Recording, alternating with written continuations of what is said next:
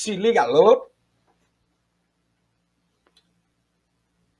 Fala pessoal que tá ligado aí no canal da Up Educação Profissional. Aqui quem tá falando é o professor Gustavo e hoje a gente vai dar continuidade dos módulos a respeito de instrumentação industrial. Hoje falaremos a respeito do módulo 4, beleza? Então já ativem o sininho aí embaixo, pessoal, deixem as suas dúvidas no comentário ou correções, tranquilo? Que a gente vai estar sempre respondendo aí e tá sempre lançando vídeo novo aí toda semana no canal. Tranquilo? A respeito das áreas técnicas aí que são bem difundidas em todo o Brasil. Beleza? Então vamos lá? Vamos começar aí o nosso vídeo. Hoje a gente vai falar no módulo 4 a respeito de classe de instrumentos ou função, certo? A gente conhece também como função dos instrumentos, né? O que cada um desempenha no nosso processo ou no nosso chão de fábrica e por aí vai. Tranquilo? Bom, pessoal, para isso a gente vai falar um pouco sobre a medição, né? A parte dos instrumentos de medições chamados indicadores ou instrumentos de medição chamados de registrador ou registradores, beleza? Vamos falar também sobre transmissor, transdutor, dois equipamentos que confundem bastante aí quem está aprendendo esses conceitos. Nosso controlador, que eu acho que não é muito difícil, e o nosso elemento final de controle, que vale a pena aí a gente está sempre dando uma olhadinha e uma entendida. Tranquilo? Bom, claro que a gente vai começar por um dos mais simples, que é a parte do indicador e registrador. Beleza? Mas falando agora primeiramente sobre o indicador. É claro que ele vai ser um instrumento que vai apresentar uma indicação, né, pessoal? Aqui eu tenho um exemplo onde esse meu indicador faz a medição de nível. Então, a nossa variável do processo seria o nível. E aqui ele está marcando, né, de forma digital, 99% do nível da nossa caixa d'água, certo? Então, isso seria o nosso indicador. Ele vai apresentar uma indicação. Claro que esse indicador ele pode ser feito aí, visto ainda, tá? De forma analógica, com ponteiro de forma gradual, ou digital, beleza, pessoal? Existe também ali a palavra contínua e descontínua, né? Contínuo seria contínuo em função do tempo, então a gente tem um intervalo de tempo e esse nosso indicador vai fazer a indicação ao longo desse período, né? E descontínuo é a indicação pré-determinada ali, meio-dia, às 3 da tarde, às 6 da tarde, depois às 9 da noite, e por aí vai, beleza? Vale a pena lembrar também esses dois últimos tópicos aqui e a respeito do registro e que ele também pode fornecer mais de uma grandeza. Eu coloquei aqui um exemplo de uma EHM, né, que hoje é bem comum a gente estar vendo aí no chão de fábrica. Que a EHM a gente pode ver, ele tem um gráfico, certo? E o valor ali de duas indicações. Então na EHM a gente tem um exemplo bem clássico de várias grandezas sendo indicadas e a forma de registrar algumas variáveis. Então isso é bem comum de a gente estar vendo aí hoje dentro aí dos nossos processos, certo? Lembrando também agora da parte do nosso registrador, ele vai fornecer um registro da indicação, né, pessoal? Como diz aqui. Ele também pode ser uma linha contínua ou descontínua, pode ser no intervalo de tempo contínuo ou pode ser intervalo de tempo descontínuos, certo? É bem comum também a gente estar vendo aí a parte digital em conjunto com a analógica, por exemplo, né, que a gente tem embaixo um exemplo disso, ele marca para nós no cursor um valor de forma digital e embaixo faz a nosso registro de forma analógica, né, via ponteiros. Aqui a gente tem um barógrafo, também um instrumento que é analógico para fazer as medições de registro, certo? E aqui um exemplo onde a gente pode estar medindo mais de uma grandeza simultaneamente e, claro, como forma computacional, beleza? Ele também pode, pessoal, o nosso instrumento aí, registrador, apresentar também indicações, né, como é o nosso caso aqui desses dois instrumentos. Beleza, pessoal? Bom, falando agora de um dos mais importantes que eu acho aí dentro do chão de fábrica aí, que é o nosso transmissor. Pessoal, transmissor e transdutor, eles têm uma diferença bem lógica. A primeira diferença lógica que a gente tem que tomar é que o transmissor, ele sempre trabalha com sinais padronizados, pessoal. Então a gente sempre vai ter transmissores que se comunicam de 4 a 20 mA em sinais de corrente, sinais de pressão de 3 a 15 PSI, tranquilo? Sinais de tensão de 0 a 10 volts, de 0 a 5, de menos 10 a 10, de menos 5 a 5. A gente sempre tem que ter isso na cabeça. O nosso transmissor, ele sempre vai trabalhar já com valores padronizados, porque geralmente são equipamentos já processados, beleza, pessoal? Mas o que vale a pena nós salientar é esse aqui, ó.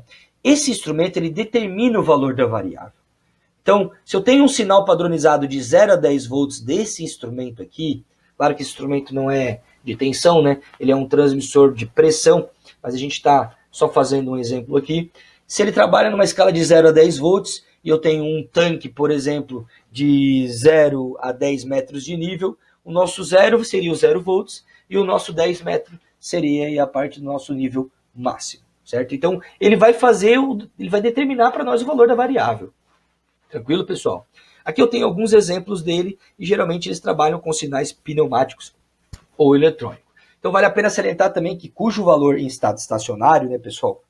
O que é isso? É quando eu tenho a minha matéria parada, eu tenho o valor lá da minha medição em relação a respeito do nível 0, varia apenas em função da variável do processo. Então se a minha variável do processo começa a variar do nível 0 até o nível máximo dela, é nesse intervalo que o meu transmissor tem que trabalhar, certo? Vale a pena lembrar também que o meu elemento primário ele pode ou não estar acoplado ao transmissor. Tranquilo, pessoal? Então aqui eu tenho um exemplo de um transmissor de vazão, onde ele já vem todo o conjunto acoplado, né? Aqui embaixo eu tenho a medição do meu elemento primário, que faz aí a variação provavelmente de pressão dos dois lados, para aí sim o meu transmissor transformar isso num sinal padronizado de vazão, certo? Então é comum a gente estar vendo aí transmissores acoplados aí com seus elementos primários, mais conhecidos também como transdutores, tá? Bom, o transdutor já é um instrumento que ele não trabalha ao nível de sinais padronizados, pessoal. Primeiro porque ele é o que faz a transformação física. Exemplo, o meu termopar aqui, ó, ele faz a transformação física de calor em tensão. A minha célula de carga aqui faz a minha transformação de peso em sinal elétrico de tensão, ou milivolts, certo? E o meu tubo de Venturi faz a variação de pressão para, através de Bernoulli, eu medir vazão. Então, meus transdutores eles vão fazer a transformação física da matéria, que é geralmente a variável que eu quero medir, para a variável de sinal elétrico, sinal pneumático, para assim eu conseguir estar tratando esse sinal e esse sinal conseguir se comunicar, por exemplo, com o controlador, né? Ó, caso necessário, ele modifica essas informações e fornece um sinal de saída resultante. Então, isso é bem comum aí a respeito do nosso termopar, né? Dependendo das ligas de metais que eu tenho no meu termopar, eu tenho aí ranges de trabalhos bem difundidos e bem diferentes de um e de outro, certo? Dependendo da aplicação, um transdutor pode ser um elemento primário, um transmissor ou um conversor, pessoal. Como um transmissor, porque pode ser tudo acoplado em conjunto. Elemento primário através aqui do meu tubo de Venturi, né? E até mesmo, às vezes, um conversor. Por quê? O conversor, ele vai ser lá um instrumento, às vezes, que vai pegar uma variável e transformar num sinal padronizado, ou em outro sinal. Então, eu posso estar trabalhando assim aí como um transdutor, certo? Agora, falando de um não menos importante, claro, nosso controlador, né? Esse instrumento aqui, ele vai ser um instrumento que vai comparar o valor da variável pré-determinada pelo programador. Então o programador ele vai botar um valor do que ele quer da variável do processo, da PV, e esse cara vai ser o responsável por analisar o que entra e o que sai, e fazer assim a sua comparação, para ele sempre manter a PV, né, que é a variável do processo, dentro dos limites do set point, que seria o valor pré-determinado pelo cara que programa. Geralmente o nosso controlador ele recebe diretamente a resposta do nosso transmissor, tá, pessoal? A não ser que a gente tenha, por exemplo, aqui, ó, esse nosso controladorzinho da Novus, ele não recebe a resposta diretamente de um transdutor. Ele recebe a resposta diretamente de um termopar, que seria um transdutor. Mas isso é porque o nosso equipamento aqui, o nosso controlador, geralmente é um controlador de temperatura. Então ele já tem a sua placa eletrônica, pessoal, voltada para receber aí o sinal do termopar. Então a gente tem que sempre ficar ligado, né? Já o nosso CLP da Siemens aqui, ele não tem entrada para termopar, só um sinal padrão aí de entrada analógica de 4 a 20 mA e saída analógica de 4 a 20 mA. A gente tem também a presença de entrada de 0 a 10 volts, então se eu não tiver transmissores que convertam o valor da variável em sinais padronizados para esse CLP, eu não consigo estar utilizando eles, certo? E agora o nosso último elemento, nosso elemento final de controle, pessoal. Bom, eles são mecanismos que variam a quantidade de matéria, né? De material que, no caso, tem na nossa variável do processo. Se eu estou trabalhando com temperatura, nosso elemento final de controle e resistência vai esquentar mais para aquecer se ele não estiver dentro dos valores pré-determinados. Ou se ele passou do valor pré-determinado, essa resistência vai esfriar um pouco mais. Nosso motor aqui vai girar a esteira ou vai mandar mais água para a nossa caixa para medir nível. Nossa válvula vai diminuir o fluxo para assim controlar o nível de uma forma melhor. Então, nossos elementos finais de controle são aqueles que recebem a resposta do nosso controlador. E com o valor da variável que ele recebe na entrada do controlador, ele converte em saída e assim ele consegue manter a nossa PV sempre dentro dos limites pré-estabelecidos. Beleza, pessoal? Não sei se foi muito rápido, não sei se ficou alguma dúvida, mas uma síntese bem tranquila aí a respeito das funções dos instrumentos. Qualquer dúvida, mandem para nós aí, por favor, no chat aí, ou desculpe, nos comentários, que a gente vai estar respondendo aí para vocês. Beleza? Valeu, pessoal, um abraço e até a próxima.